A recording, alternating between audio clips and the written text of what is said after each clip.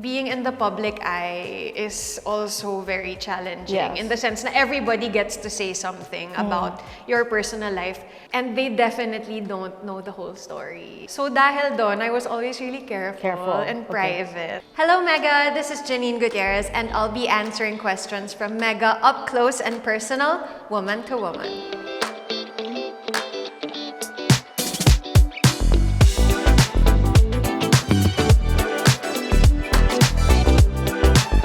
Hello everyone, I'm P.V. Reyes Isidro, Editor-in-Chief of Mega.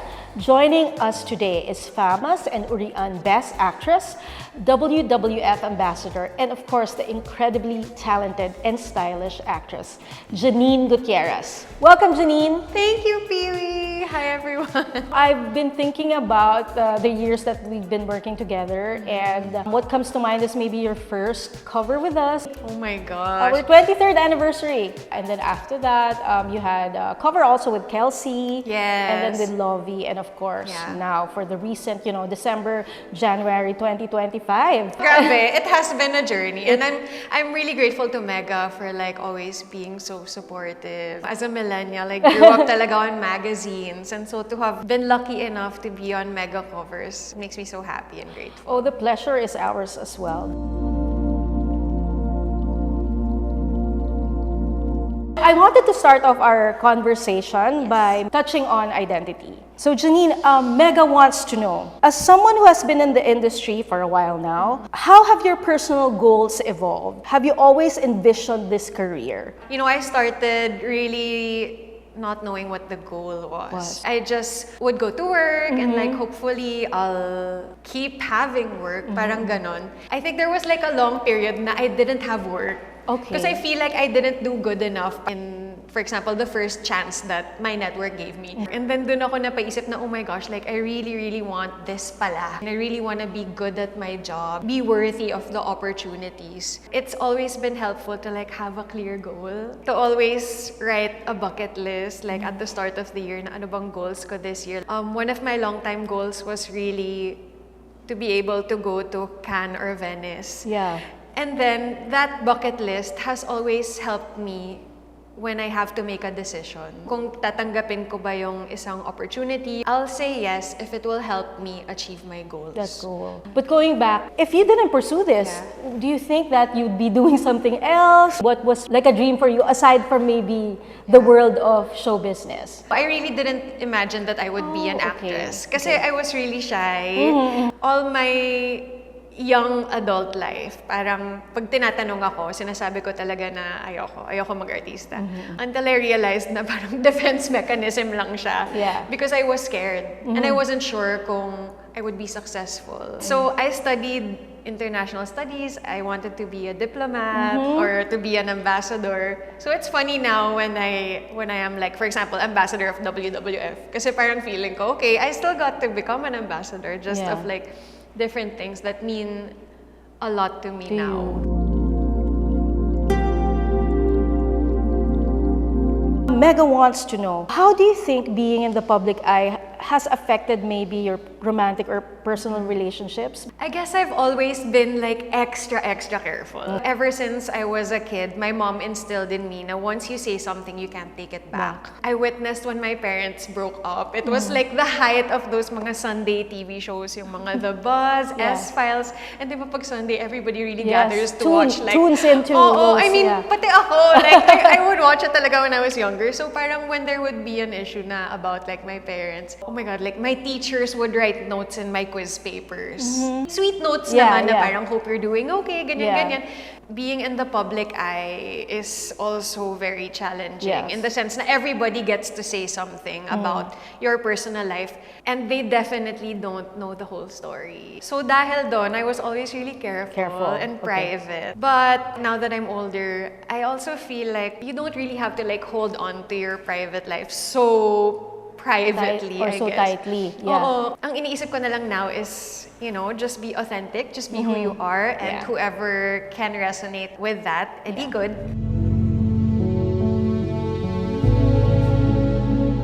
We've always seen you having a great eye in fashion. How do you express yourself through your personal style? Because in the beginning, when I got to know you, I think you were one of the few personalities who really had maybe an innate or natural flair for fashion. Oh my Would you gosh. say that was because of, you know, maybe the people around you or the creatives you work with, or was it your mom or your grandmom? Well, siguro, you know, when I was younger, I was exposed to my lola's closet, si Mamita. I could just imagine that closet. Oo. Parang sobrang wide range from Yeah. like concert outfits na super like bongga to her usual pambahay, which was like a white polo and like black slacks. Okay. Na for me was like super elegant pa rin.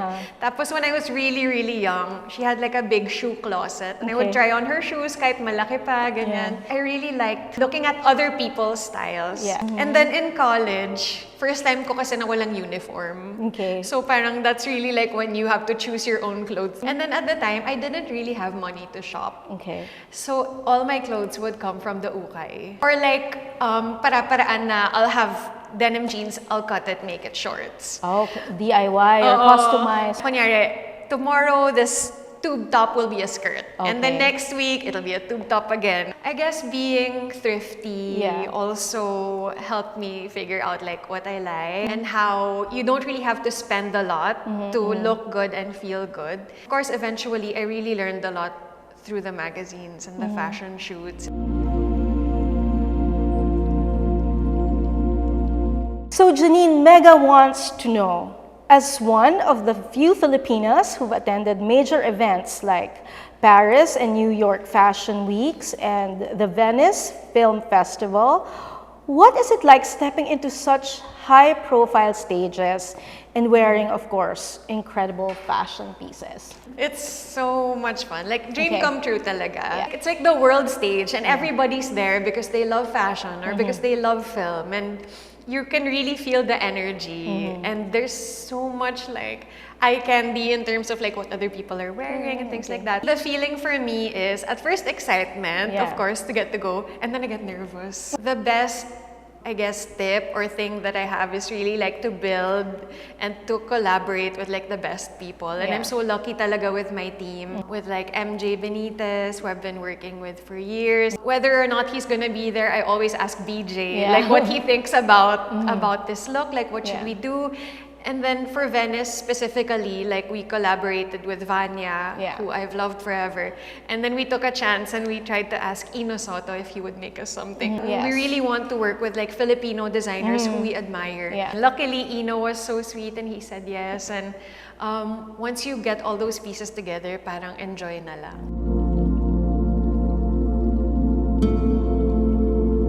So Janine, Mega wants to know, when it comes to purchasing luxury items, what is the most important factor do you consider? For me, it's longevity. Okay. So if I'm going to make a big purchase, the deal breaker is, can I use this like 5 years from now, 10 years from now? Yeah. Kasi laki ako sa hand-me-downs from my lola. Okay. So my lola, her love language was like giving us her like jackets and her coats. Nisip ko na gusto ko ganun din yung closet ko na it's all like quality items. It'll be like worth it in girl math, di ba? Yung cost per wear. Kasi years talaga siya in your closet.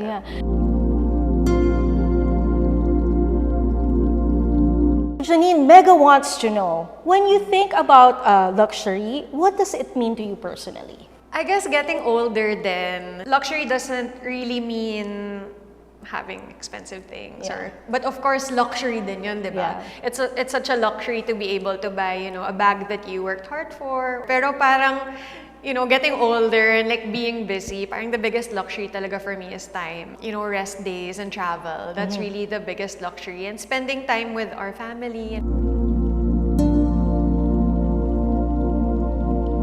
You've also mentioned in previous interviews that you enjoy traveling and seeking out new experiences. Mega wants to know, what's the most transformative trip you've taken and how did that impact your perspective on life? I think it would have to be the Venice Film Festival. Oh, okay, the recent trip. I know it sounds so cliche, pero dream come true kasi talaga siya eh. Yung goal ko talaga bilang artista wasn't really to be like, you know, superstar or like be famous. I guess dahil na rin sa I have so many famous relatives. So I always saw na it wasn't really fame that made them happy. Parang it was like fulfillment and family, and you know, if it was a project that they really like. So yung goal ko para sa sarili ko was, you know, to really have like a filmography that would make me happy and excited and proud, and to be able to be part of Filipino projects that get to go to like film festivals. Yeah. Like, you know, you don't really have to align your goals with like other people's goals. Everybody has different versions of success, eh. Yes. To define your own version of success, I think is the best way for all of us. Kasi hindi ka mapapressure about like what other people are doing.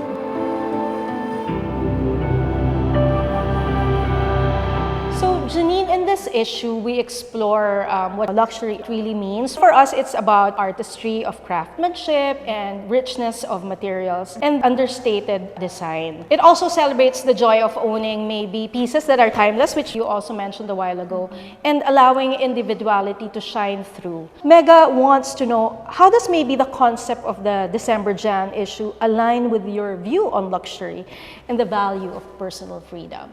Oh my gosh, ang ganda! I love the theme of the issue. Yeah. I think nowadays, you should really define what luxury is for you. In the same way na you should define what your idea of success is and what your idea of happiness is. And I guess the biggest luxury is really being able to, you know, live a life that's truthful to what you want for yourself. Like whether it be sa personal style mo, it's such a luxury to be able to, you know, be honest to yourself without being pressured about like what other people say your life should look like. Yeah. And it's a real luxury also to have the opportunity to sit Yeah. down with you Oh, today oh my gosh. and have this catch up. Thank you so much, Janine. Thank you so much, and thank you so much to Mega. It's been such an inspiring journey. 10 years ago to Yeah, now, yeah. so I'm so grateful. Thank you. This has been PB Reyes Isidro. And this has been Janine Gutierrez for Mega Up Close and Personal.